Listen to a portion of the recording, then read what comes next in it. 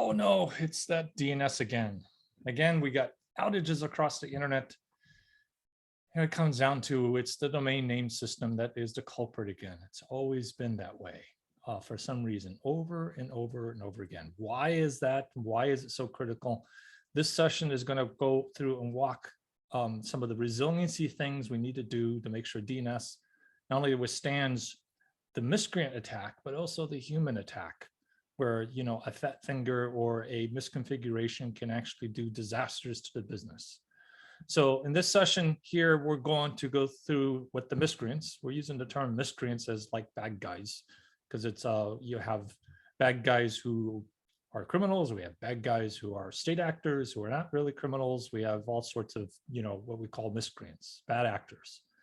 We're going to walk through the playbook that they focus on with attacking DNS, so you get an example on it. And we'll walk through an expanded playbook of some of the things that do happen but don't happen very often. And we're going to walk through a couple of things like, will encryption help? Some of the next steps, walk through some examples of different attack vectors out there. And don't worry about taking pictures and things like that of this slide deck. At the in the description of the YouTube, you'll be able to actually pull down a PDF of the slides. And then if that doesn't work, just email me at barrygreen@akamai.com. My name is Barry Green. I'm going to be with you for the next hour or so to actually walk you through all these different factors of DNS. So let's understand our miscreant threat. Now, a miscreant threat, unfortunately, the internet is attacks are increasing exponentially, some people say. This is just a matter of the growth of the internet and human interaction on the net. And there's not a lot of things that's going to be able to stop, this threat vector. It's going to continue to grow for quite a while. Why?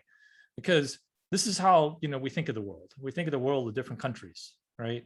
At this moment of this recording, I'm in Singapore. Singapore sets up laws and legal systems to actually make sure that Singapore is a safe society. That's the Singapore decision with that.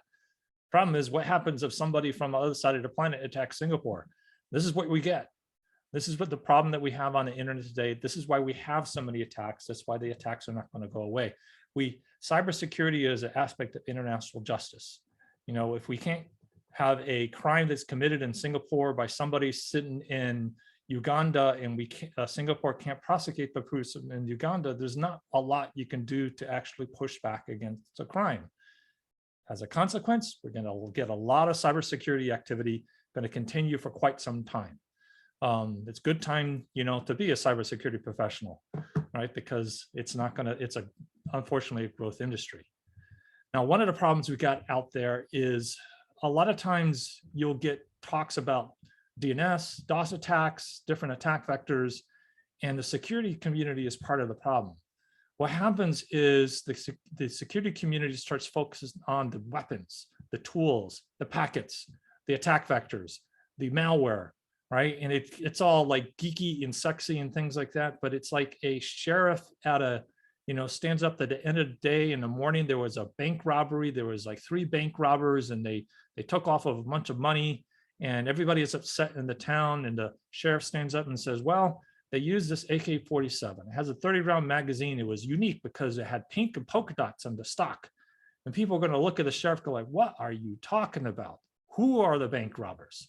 And that's one of our problems that we get with all sorts of attack analysis, is they focus on the tools and not on the people. And what we want to do is we want to focus on the people, how they think, how they operate, what sort of attacks, why they would do the attacks. Now, we can break this down into 4 different blocks. This is why I like to do it. Everybody talks about the cyber criminals, and those make sense. Cyber criminals, they're out for the money.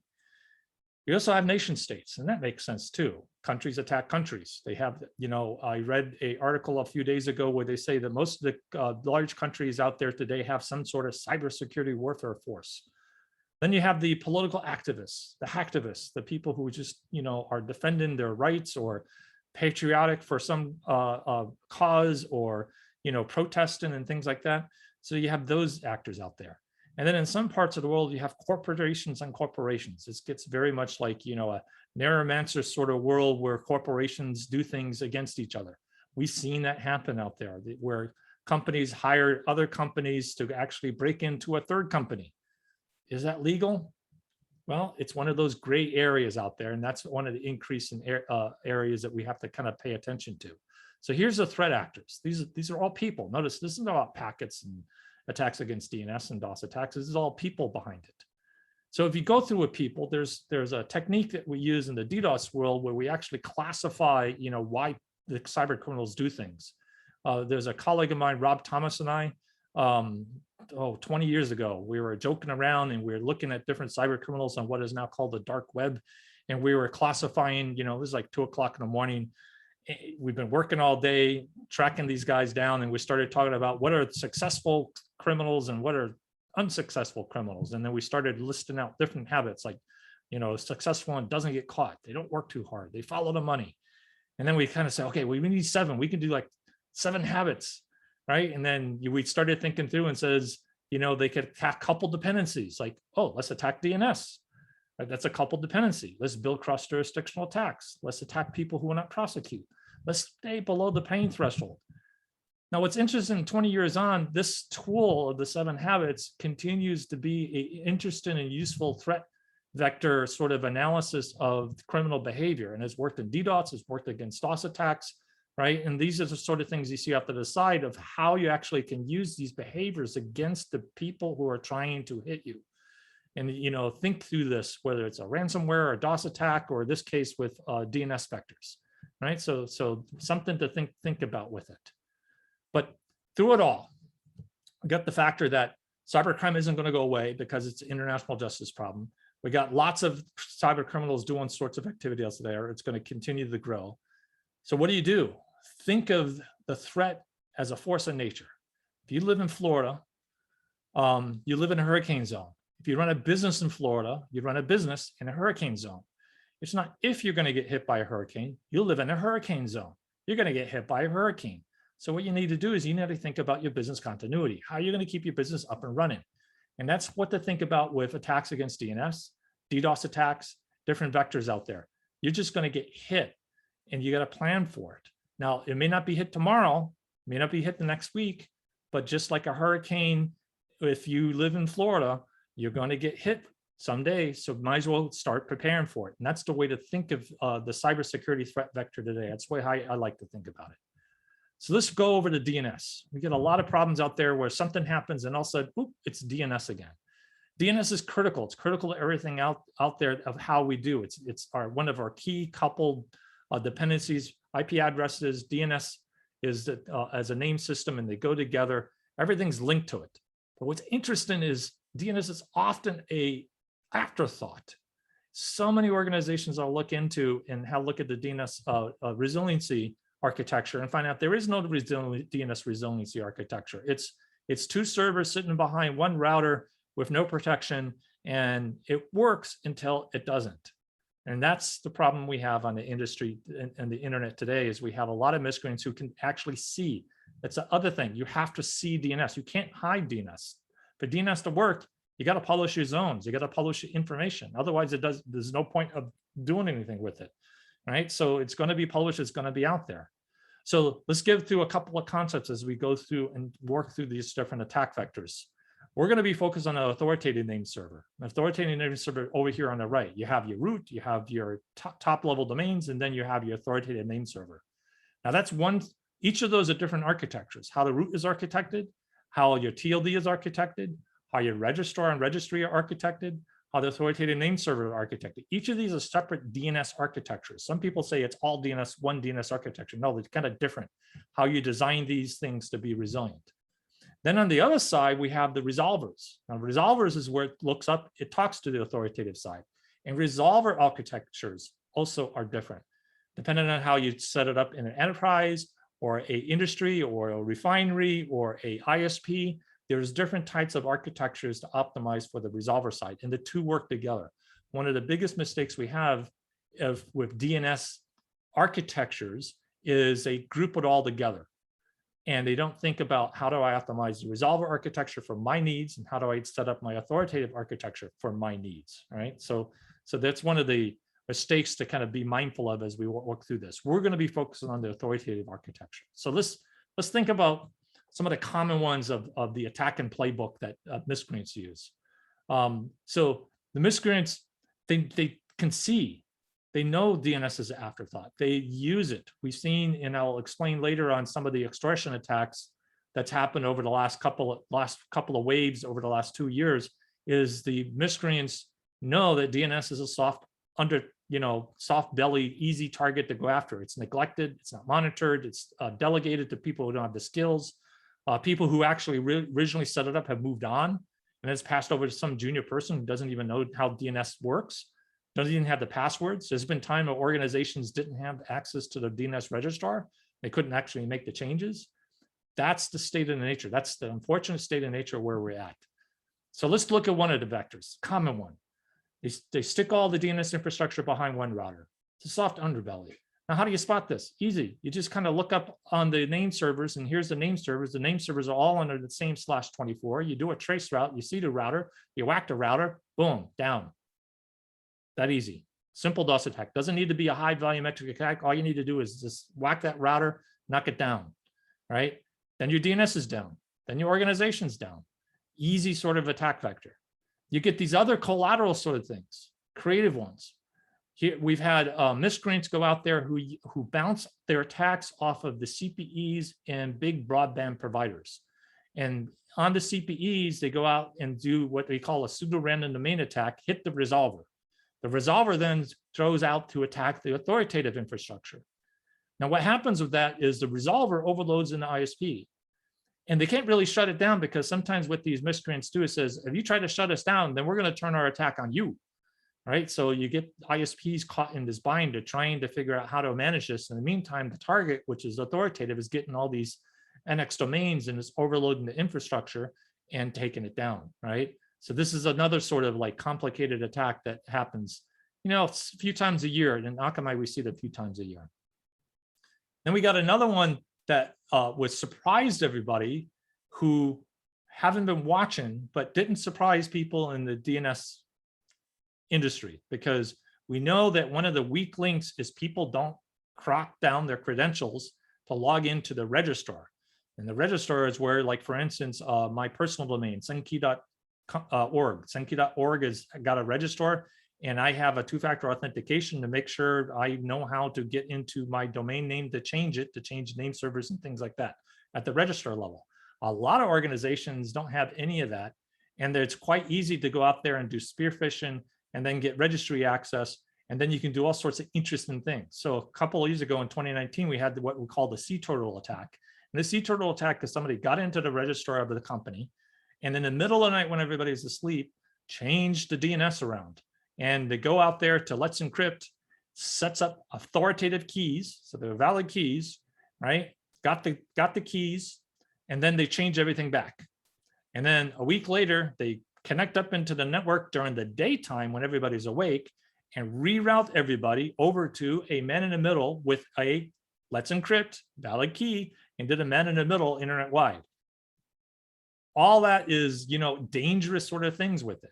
Now, when you look at all these attacks, example number one, nobody assumed the miscreant attacked the router, right?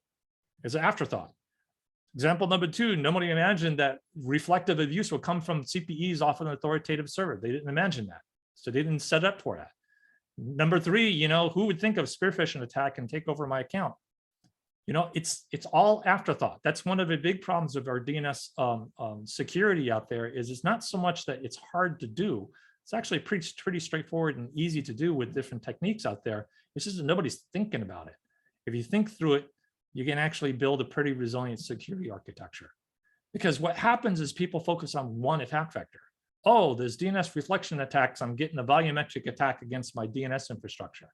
That's only one of the different attack vectors. So let's look at some of the others.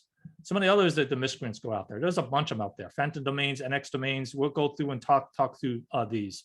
So we're focused on the authoritative ones versus the resolver ones, right? So one of them out there, we get the reflective ones. This is one people focus on all the time.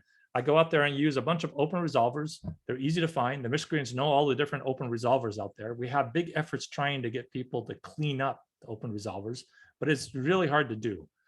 To get people to pay attention and take out this abuse. And the consequences, you get a volumetric UDP flood and hits organizations, whether it's not a DNS authoritative server or any other attack, because we see these quite often as one of the common DDoS attacks that hit Akamai's Prolexa customers, right? You can craft it. You can craft it in such a way where you say, I'm going to send an NX domain specifically. I'm going to make sure that the domains that get sent over are designed to overload the computational load on the DNS authoritative server. So the last one we had, I'm just throwing packets at it.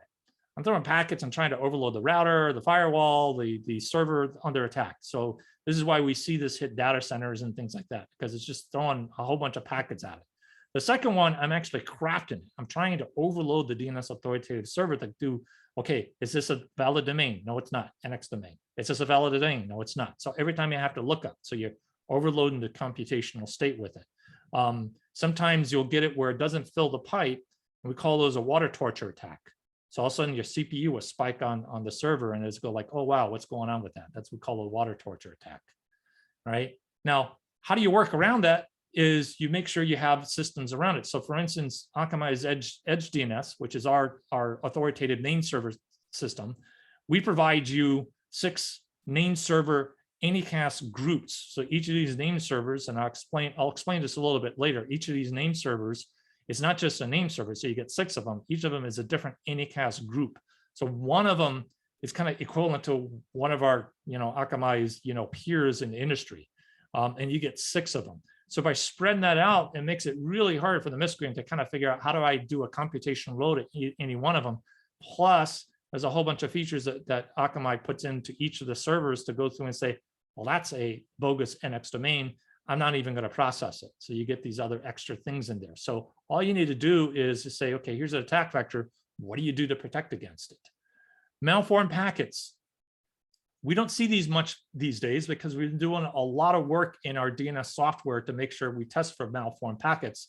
But that's one of the things that's attack vector out there. It's hit the industry before, and you never know. Akamai, we have our own code in our authoritative servers, and we do a fuzz testing extensively to kind of go through and look for those malformed packets. Then we do packet checkers. In other words, we check, here's the known valid packets according to the IETF RFCs to make sure they're compliant and work that way. Another one is the admin, account compromise. Now, the account compromise is, how does an organ, as I mentioned before, the sea turtle is break into the administrator, right? Now, this is where, the administrative credentials are compromised, and then you can go through and do all sorts of things.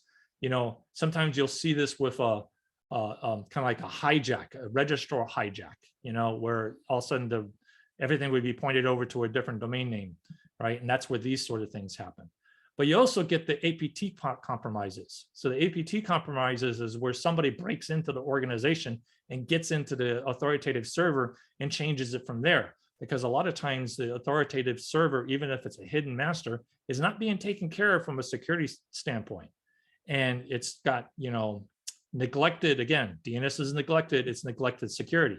So give an example. This is a nice thing that people should look at. CertNZ put together a nice ransomware life cycle of going from the initial access and as you move through organization, and it's just a matter of time before a ransomware crew realizes that, hey, I can do a lateral movement, find the primary DNS server, and guess what? I'll take over. And all of a sudden you get a ransom, saying I own your DNS, you better pay up, right?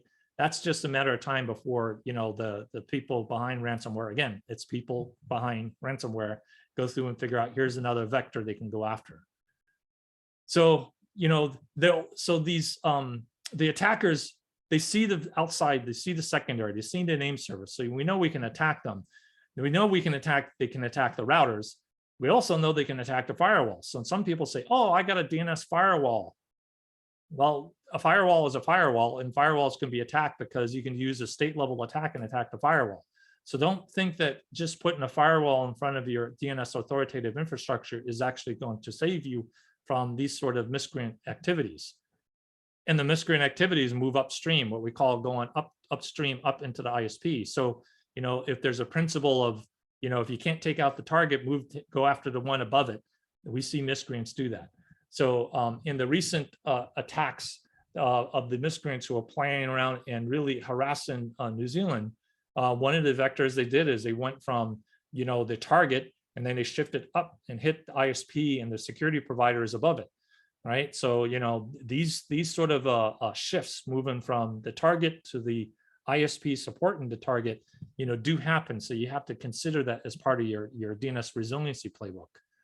Then you get these strange ones. So the strange ones pop up every now and then. And we just saw it like in the New Zealand example that happened, was that you get these bounce backs. So what happens is the miscreant either breaks into one of the customers as part of the supply chain, or what they do is they spoof it, right? And then what they do is they say, here, I'm going to spoof fake out the tool, because what they do is they say, let me fake out whatever anti-DDoS tool and get the anti-DDoS tool to block the legitimate supply chain resolver, in this case, doing a DNS resolver. And now you got a collateral damage. You got a DOS attack on the supply chain itself. It's a crafty attack. It takes some thinking behind it. But again, it's not packets that hit you. It's people that hit you. It's miscreants out there who think through it. And there are crafty, smart miscreants out there who don't get caught. They don't get the jail, so they get smarter and smarter and smarter. So that's why you got to look for all these sort of things. And one of these days, and we've already had poking around with it, between the registrar and the registry, there we got this EPP, the Extendable Provision and Protocol, that can get whacked. And when that happens, that's an attack on the registrar and the registry. So you should be talking to the registrar and the registry is, hey, what are you guys doing to protect yourself against miscreants? Do they have a plan? If they don't have a plan, find a different registrar, right? Shop around. They should have a plan. And then there's the obscure ones. We've had demonstrations where people have taken over IoT elements by going out there and doing a cache poison into the resolver for the IoT device, and then pretend to be, the software downloader, and then, get their own software into the IoT device, and that's a failure of the DNS resolver doing no DNSSEC validation, and the IoT devices use whatever local resolver that's there. And so the attack vectors can get very creative. So this was in the news with a very famous car company, and this was the vector that was used to take over and install their own software into the car and drive the car around, right? Then you get these ones that are kind of related to some of the news out there at the time of this tape, and which is BGP, Border Gateway Protocol. How you route and how people get to the name servers is one of the core factors out there. And we've seen attacks where about 3 years ago, I worked one attack investigation where it was a gambling site in Asia. So in other words, it was a casino, and their DNS authoritative server was hijacked, and the casino didn't know that it was hijacked for months.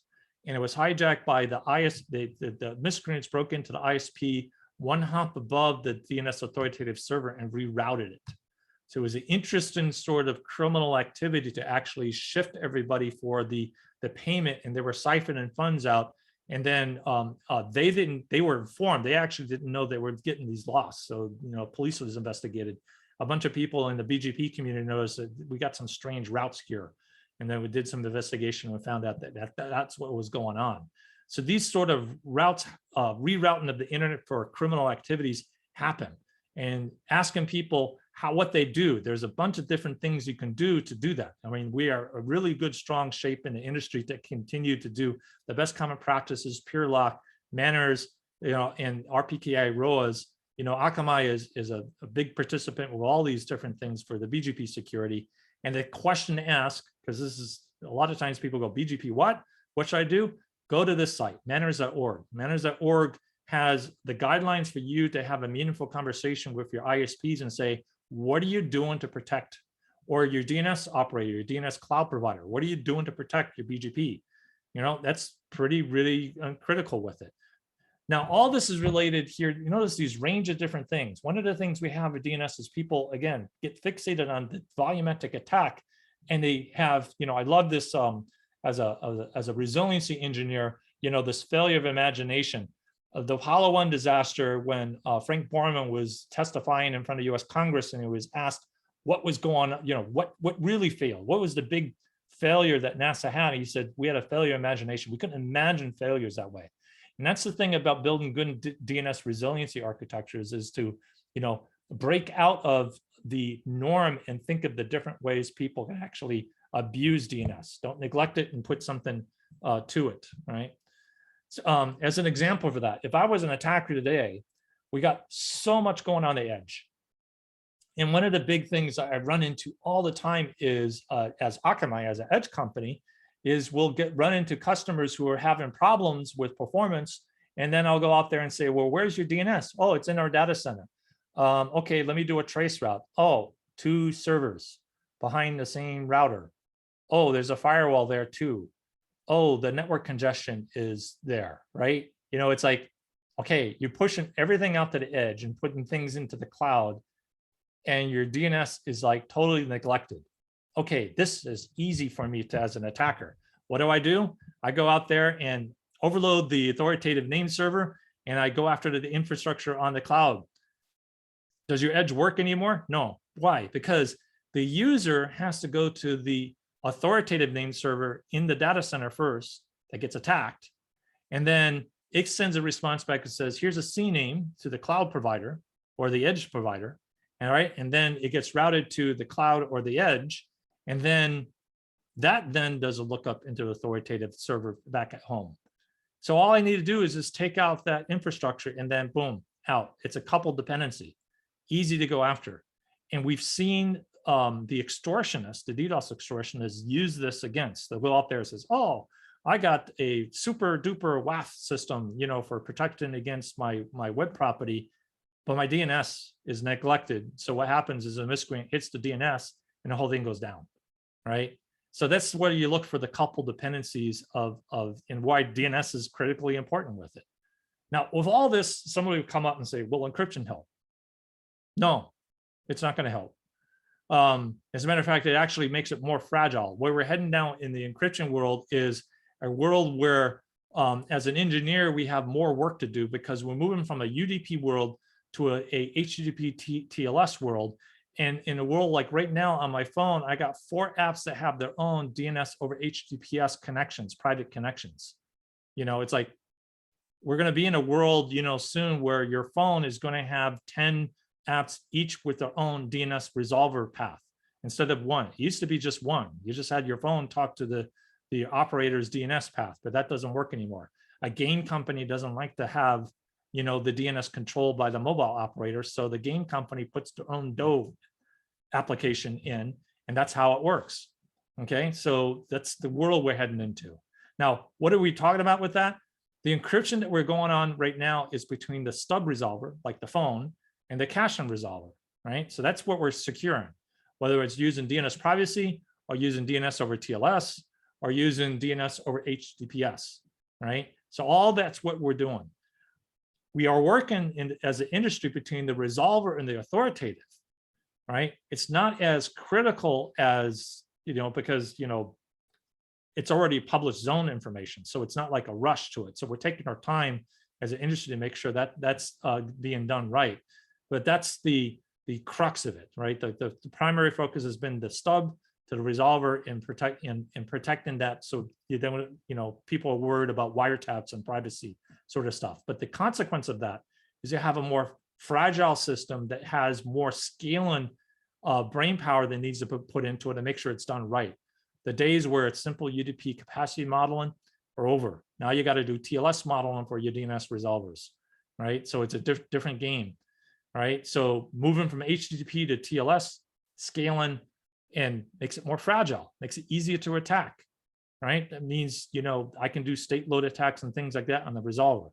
Now, when we move over to the authoritative, when we have TLS between the resolver and authoritative, it'd be the same thing. You have to upgrade your infrastructure with it. So something to think about it. It adds fragility.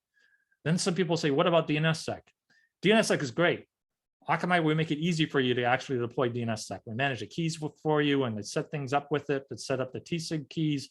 All those are easy to do on the authoritative side. It's never been a big deal on the authoritative side. There's some key maintenance you need to do, but any sort of encryption, you have to do the key maintenance. The problem has been the DNS resolvers. The DNS resolvers it's extra load to actually do the DNSSEC validation. So a lot of DNS resolvers will not turn it on. A lot of ISPs don't turn on DNSSEC validation. That's because so many organizations have been going to Quad 8, Quad 1, Quad 9. All those do DNSSEC validation. So we're getting more and more DNSSEC validation, which means DNSSEC is becoming more important. But it's only fixing some of the problems that we have with the miscreants out there. So now let's kind of take a step back for a minute, take a pause and look at some of the DNS resiliency items, kind of like in action. I'm going to use some examples from a DDoS extortion wave that happened in May 2021, the second quarter 2021, as an example with it. Now, DDoS extortion. DDoS extortion comes in waves, right? And the waves happen where the miscreants are successful and they do a lot with it, and then the miscreants, again, don't get caught, right? That's principle number two. Principle number one, don't get caught. Principle number two, don't work too hard. So if they have to work too hard or they're going to get caught, they kind of shift. And then they go down for a while. And then, 9 months later, they come back. And then you get these copycats, these different ways with it, right? So they don't stop unless they're caught and arrested. They don't stop unless they're at risk of being caught. And they don't stop, unless their ROI doesn't make sense anymore, right? So when people say, when DDoS extortion, don't pay them. Because if you don't pay them, then they'll move on to something to make more money, right? If you report the crime, the chances of getting caught and arrested increase, right? So that's where you get these principles of the DDoS extortion of doing, doing these best common practices, working with law enforcement and don't pay them. Now, a good blog is this. This is a good blog to kind of look up. My colleague, Tom Edmonds, kind of like did a compilation of what was going on in May of all the different extortionists, because even though you don't want to focus so much on the packets and the packet types and things like that, you can use it as a fingerprint. In other words, so what we did in this article is Tom went through and analyzed the fingerprint patterns and went through the classifications that we were using inside Akamai of these different DDoS extortion crews. All of them use DNS. So even though you went through and did a variance between, version 1, version 2, version 3, version 4, each of these are different kind of crews, they're all using DNS. They all hit DNS and DNS systems. Now, where's this become fragile? Because remember, these DNS name servers are all out there exposed. So the miscreants can go out there, map your infrastructure, and then figure out where the low-hanging fruit is. And for some organizations, it's not just one authoritative name server infrastructure, it's multiple. Some large organizations, what happens is they have different people start up DNS authoritative infrastructure all over the place. I have one colleague at a ISP in the United States, and he was mapping through the organization. He found 15 different organizations with their own authoritative name servers that he didn't know about. And he was in charge of DNS. So he does a mapping of the entire telco and found out 15 other organizations, peers of his, had their own DNS.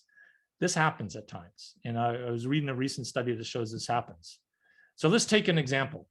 In the second quarter, one of the interesting things about this DDoS extortion crew is their method of operation was to go after some ISPs. They were actually threatening ISPs out there. Now, the interesting thing about ISPs is a lot of times their authoritative name servers are inside their autonomous system. If you have it all inside your autonomous system, you have a problem because the attack vector can overload the infrastructure inside the autonomous system. And if your autonomous system, you run into a BGP problem, then you lose your name servers. In today's world, you can't just protect your customers inside your network. You got customers outside the network, right? So if you go through and target them, it makes it hard, even if they're like anycast servers within infrastructure. Now, one of the old practices, and I know I've done this in deployments in the past, is you then set up secondary name servers outside your organization and maintain them and set up different, here's a data center here, a data center there, things like that. And that's a good resiliency practice.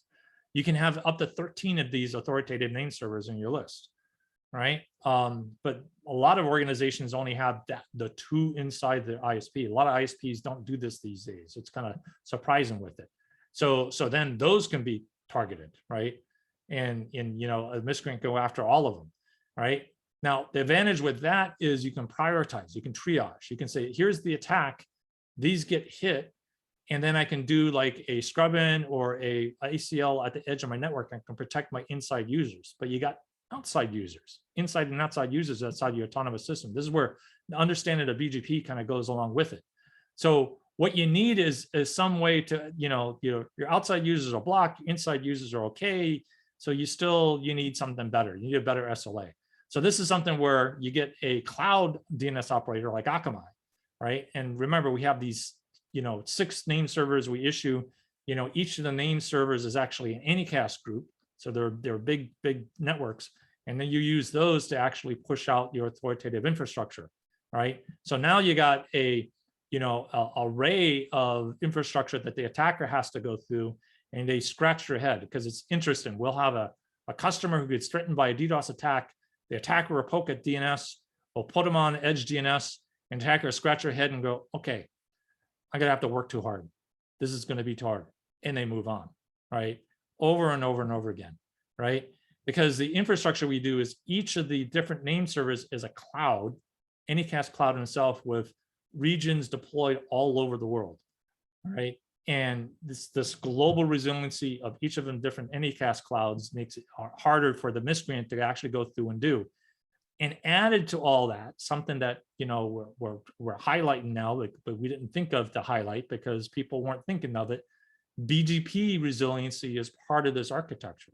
BGP resiliency in a sense of we go through and we what happens if we get somebody try to do a BGP hijack, right? We make sure the system is resilient against BGP hijacking. What happens if there was a configuration error? What happens if there was a deployment mistake, right? A lot of BGP errors are, human error. I misconfigured it. And I know I've done it myself. It was like 20 something years or more ago.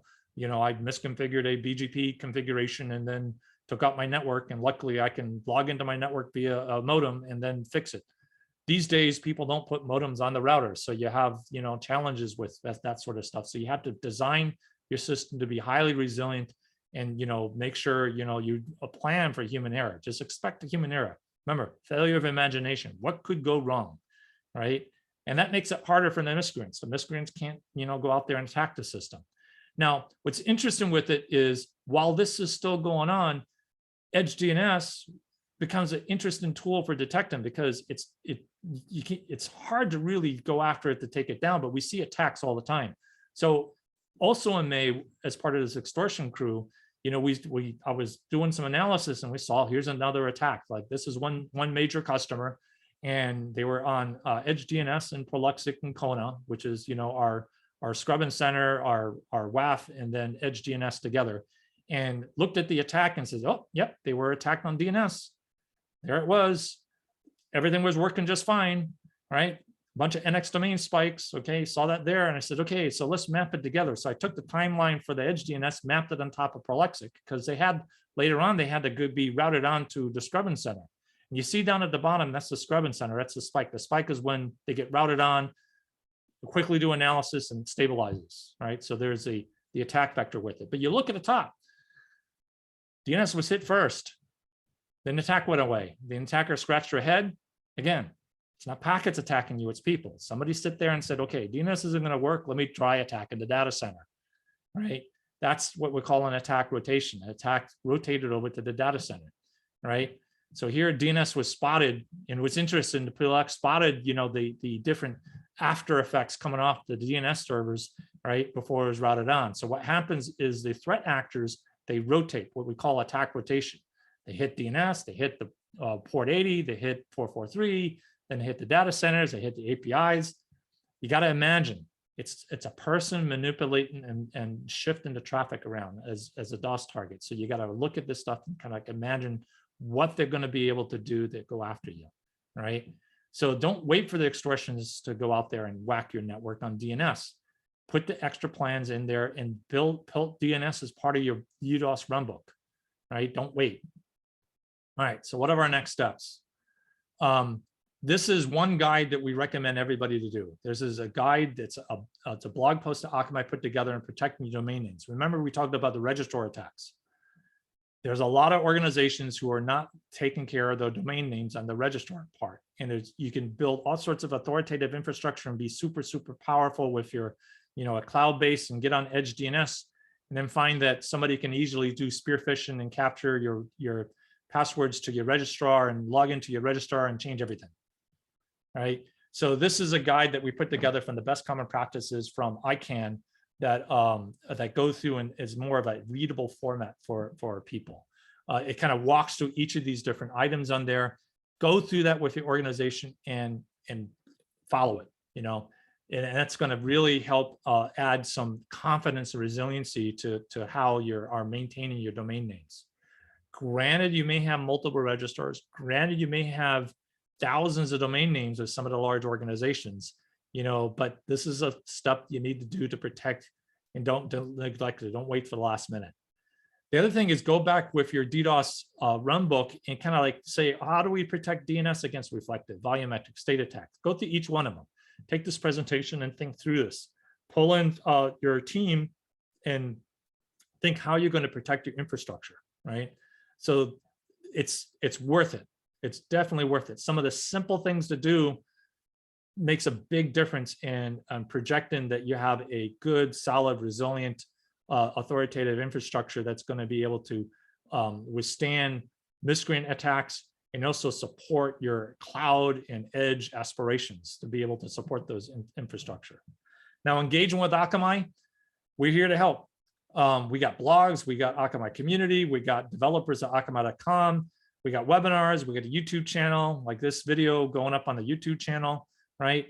We got architectural models. And if you go through our architectural work, you'll see DNS. It's always like a core couple dependency, everything kind of like has got to work there. So, there's no point having all the different threat protector and API access and botman if you're not protecting your DNS, just make sure it's out there.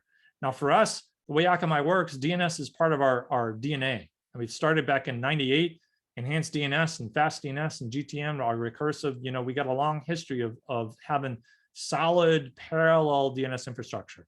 And by the way, our DNS infrastructure is parallel to our platform. So it's kind of like a parallel infrastructure with it. That's by design.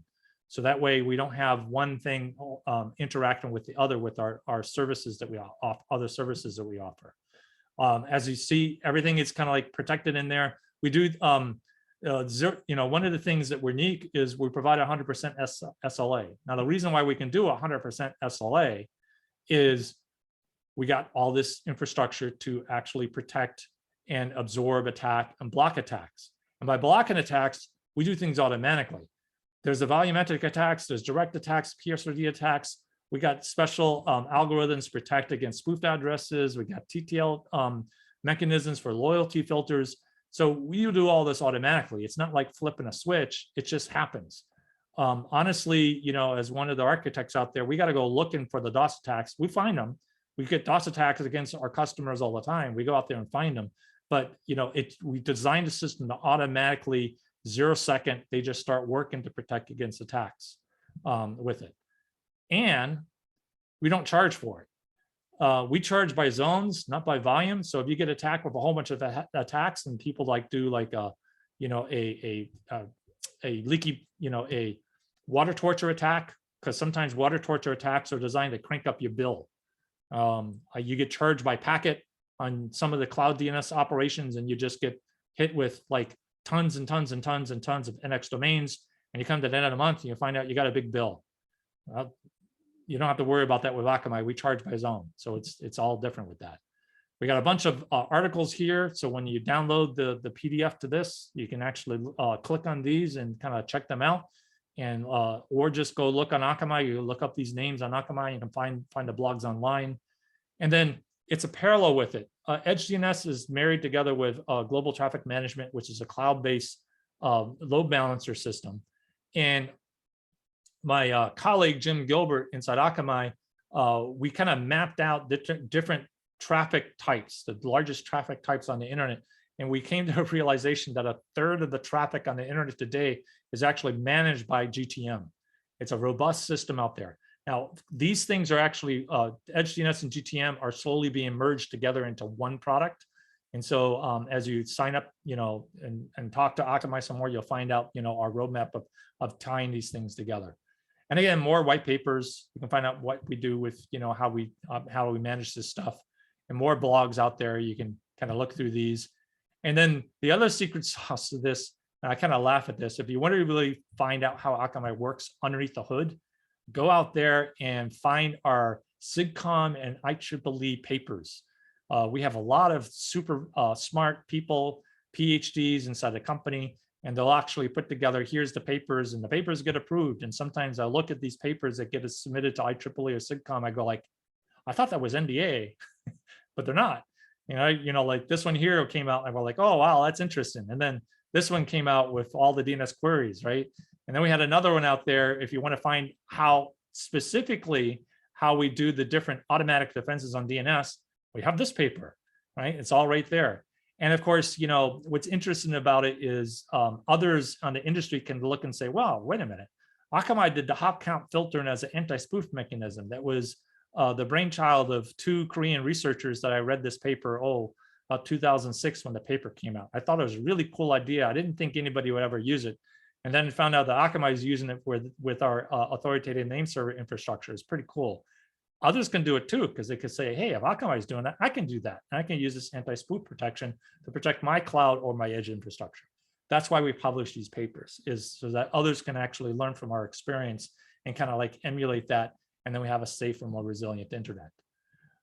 What do you do next? If you need to get these materials right away, if you have a question, email me at bgreen@akamai.com. You can connect to me at LinkedIn. Here's my phone numbers for WhatsApp and Signal is the best way to reach me versus calling. And then slides, email if you don't see the links right away in the YouTube article. Otherwise, we'll have the PDF with the link. And thank you for your time. And remember, do not neglect DNS. It's going to bite you if you neglect it. Spend the extra time, do what you need to do to have a good, resilient DNS authoritative name server infrastructure. Thank you.